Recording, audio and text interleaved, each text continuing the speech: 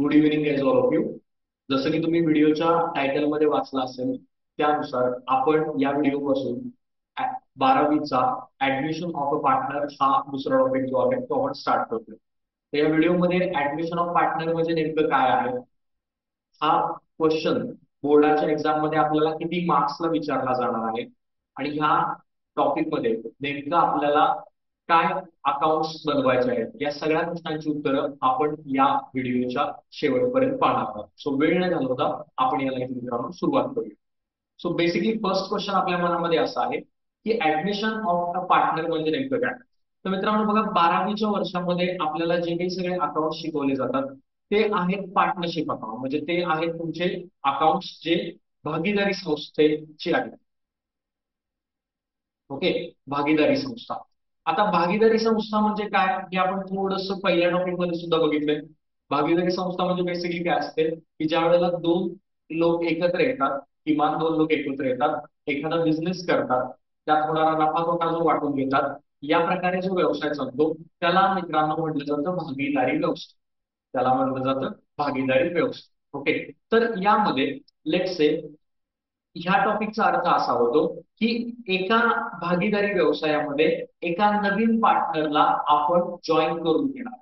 आता ऍडमिशन या शब्दाचा अर्थ बेसिकली आपण काय घेणार की आपण असं बोलतो ना की एखादा मुलानं कॉलेजमध्ये ऍडमिशन म्हणजे तो कॉलेजमध्ये दाखल झाला.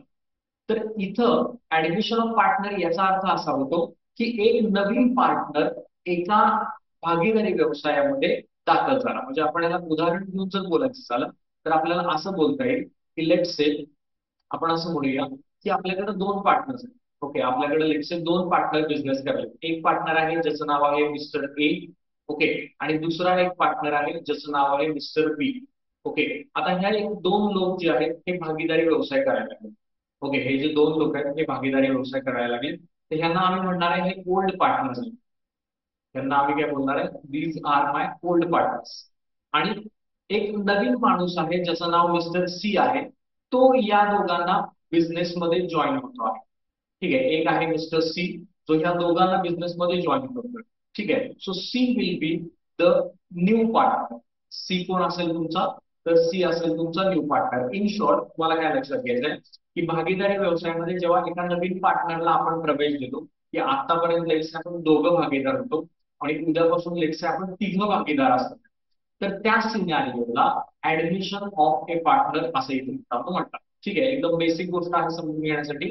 नवीन पार्टनर बिझनेस मध्ये आला तर आम्ही त्याला बोलतो की admission of A partner. Okay, now second thing आमच्या मनामध्ये आता असा प्रश्न आलाय की सर आपण दोघं बिझनेस जर करत आहोत तर मग तिसऱ्याला कशासाठी घ्यायचं. तिसऱ्याला घेतल्यामुळं बिझनेसला मित्रांनो काय फायदा होणार. तर याच्याबद्दल एक चांगली नोट तुमच्या नोटबुक टेक्स्टबुक मध्ये सुद्धा दिलेली आहे. तर आपण शॉर्ट मध्ये त्याला बघूया की न्यू पार्टनर घेण्यामागे काय कारण आहे की ज्यामुळे आपल्या बिझनेसला प्रॉफिट होणार. तर पहिली गोष्ट, त्याचं पहिलं रिझन असं आहे की व्यवसायाला कॅपिटल मिळेल.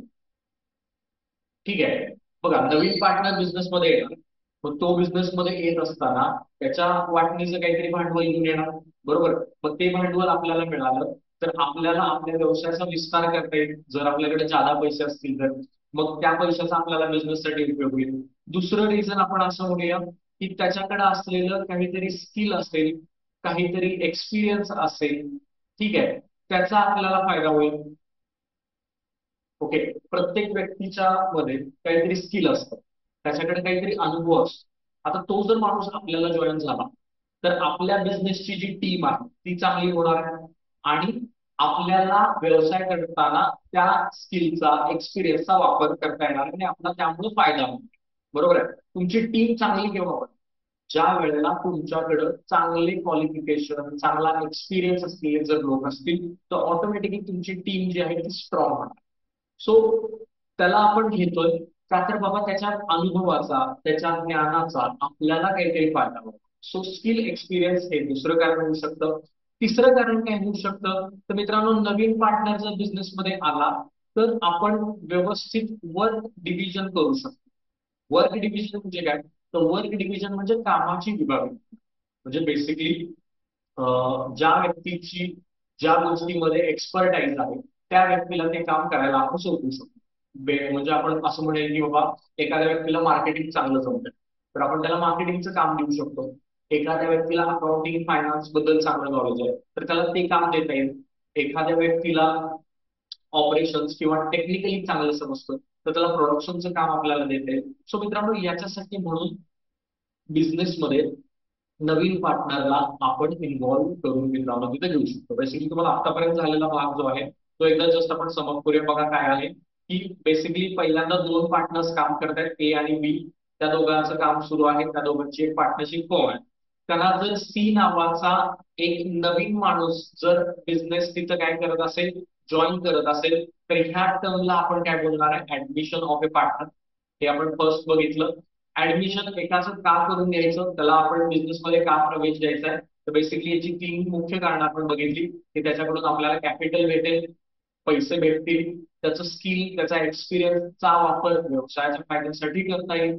आणि तिसरं आपण बघितलं की आपल्याला कामाची विभागणी as per hour experience and knowledge व्यवस्थित करता येईल. म्हणजे आपल्याला या सगळ्याचा फायदा जर करून घ्यायचा असेल तर मित्रांनो आपल्याला नवीन पार्टनरला तिथे प्रवेश देणं हे हितावह राहणार आहे, फायद्याचं राहणार. ओके, चल. आय होप तुम्हाला ह्या गोष्टी क्लिअर इथपर्यंत असतील.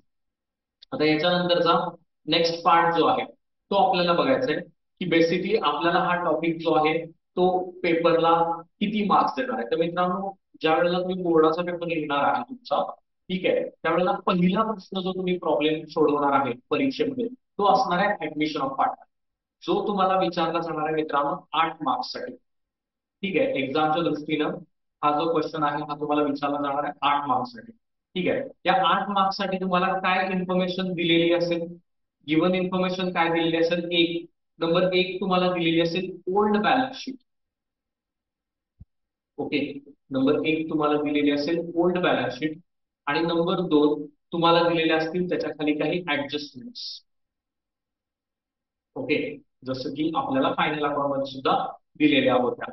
ओके, तर ह्या वर्ण आपल्याला बेसिकली काय करायचंय, तर आपल्याला चार गोष्टी याच्यावरनं बनवायच्या. ओके, कोणत्या चार गोष्टी आपल्याला बनवायच्या आहेत, म्हणजे आमचं अँसर जे असणार आहे ते अँसर काय असणार आहे, तर अँसर मध्ये फर्स्ट अकाउंट आम्हाला बनवायचं आहे ज्याचं नाव आहे रिव्हॅल्युएशन अकाउंट. आता रिव्हॅल्युएशन अकाउंटलाच आणि एक नाव आहे ज्याचं नाव आहे profit and loss adjustment account, PL adjustment असं त्याला बोलतात. ओके, त्यानंतर दुसरं अकाउंट आपल्याला बनवायचं आहे जे आहे पार्टनर्स कॅपिटल अकाउंट. ठीक आहे, जे दुसरं अकाउंट असेल आपलं that will be partners capital account. तिसरं अकाउंट आपलं असेल कॅश किंवा बँक अकाउंट. आणि चौथं आपल्याला स्टेटमेंट बनवायचं आहे जे आहे आपली बॅलन्स. ओके, एवढ्या चार गोष्टी आपल्याला बनवायच्या आहेत म्हणजे आपला प्रॉब्लेम जो आहे 8 मार्कासाठी तो तिथं संपणार आहे. ओके, त्याच्यामध्ये ओल्ड बॅलन्स शीट आहे आणि ऍडजस्टमेंट दिलेले आहेत ज्यावर तुम्हाला revaluation, partners capital, cash bank आणि बॅलन्स शीट या गोष्टी आहेत मित्रांनो, या इथे तुम्हाला बनवायच्या आहेत. ओके, सो आय होप तुम्हाला ही गोष्ट क्लिअर असेल. हा टॉपिक तुम्हाला 8 मार्क्ससाठी सोडवायचा आहे ज्यामध्ये तीन टाईपचे प्रॉब्लेम्स तिथं आपल्याला ह्याच्याशी इथं डील करायचा आहे. आय होप एवढा भाग जो आहे हा तुम्हाला समजला असेल. नेक्स्ट त्याचा जो भाग आहे तो आपण येत्या नेक्स्ट व्हिडिओमध्ये मित्रांनो कंटिन्यू तिथं करूया.